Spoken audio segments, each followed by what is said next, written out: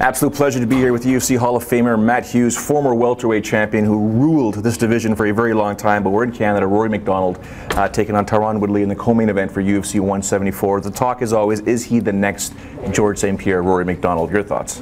Well, in a way, yeah. You know, he's a up-and-coming Canadian, and he fights a lot like GSP does. You can see real similarities in how they fight. I think they go out there and they win rounds, and they don't try and win a whole fight, but they win rounds.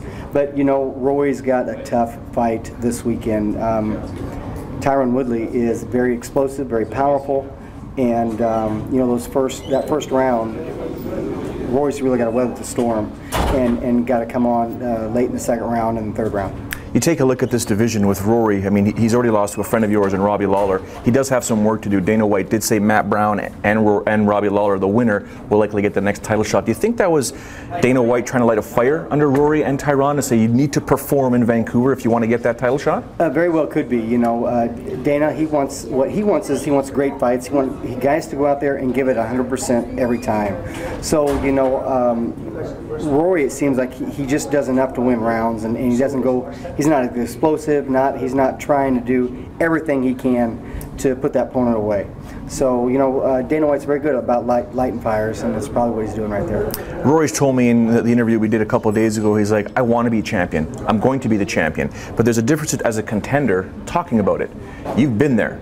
You were a world champion. What is the difference between actually talking about it and having to do everything?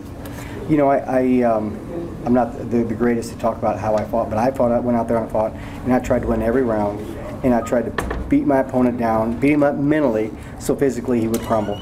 And I see Rory's not quite that way. He goes out there and he tries to win rounds as scientifically as he can, you know, and I just wasn't that way. But Rory's very good. You know, he's a young kid. He's got a lot in front of him. So, I mean, if he's growing and learning, and he's going to get better and better as time goes on.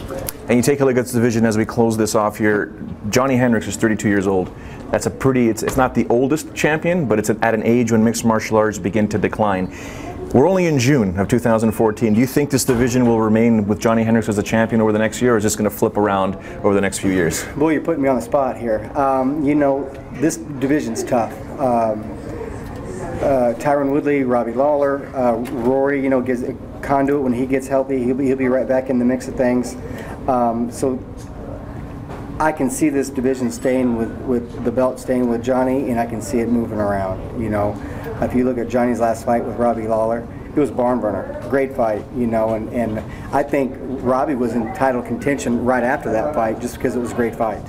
But you know, he's went out and he's beat a couple guys, so it'll be good. It'll be good, but I can't tell you how long Johnny's going to hold the belt, but he's got a rough road ahead of him. Thank you very much for your time.